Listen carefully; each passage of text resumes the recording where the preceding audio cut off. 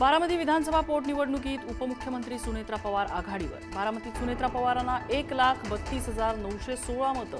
15व्या फेरी अखेर सुनेत्रा पवार आघाडीवर। राहुरीत 18व्या फेरीत अक्षय कर्डिले यांना 72,836 मतांनी आघाडी। 18व्या फेरी अखेर कर्डिलेंना 90,638 मतं।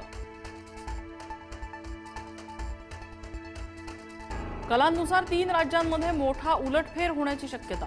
पश्चिम बंगाल, तामिळनाडू आणि केरळमध्ये सत्तांतर होणार, तर पश्चिम बंगाल आणि पुदुचेरीमध्ये प्रथमच भाजपची सत्ता येण्याची शक्यता।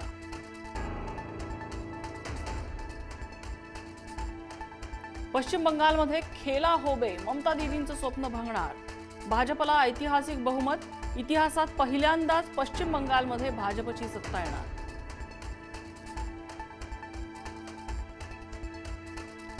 पश्चिम बंगालमध्ये अजूनही ममता बॅनर्जींना विजयाचा विश्वास।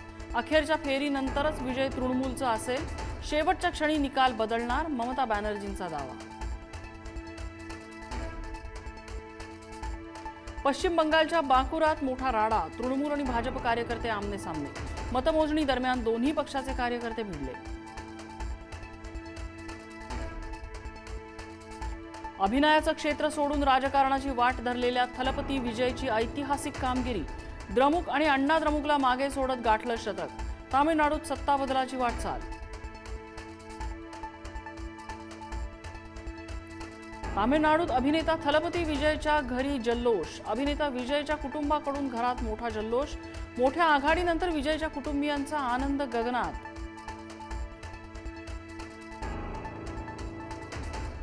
देशातून डावे हद्दपार होणार, केरळमध्ये काँग्रेस प्रणित UDFची आघाडी।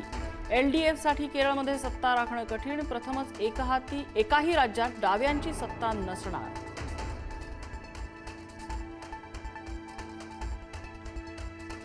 आसाममध्ये भाजपने गाठला बहुमताचा आकडा। 126 पैकी 98 जागांवर भाजपला आघाडी। आसाममध्ये सत्ता कायम राखण्यात भाजपला यश।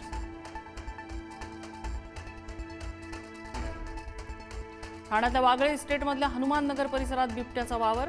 जंगल वस्ती असल्यानं बिबट्या वारंवार येत असल्याची नागरिकांची माहिती। प्रशासनाकडून बिबट्याचा शोध सुरू।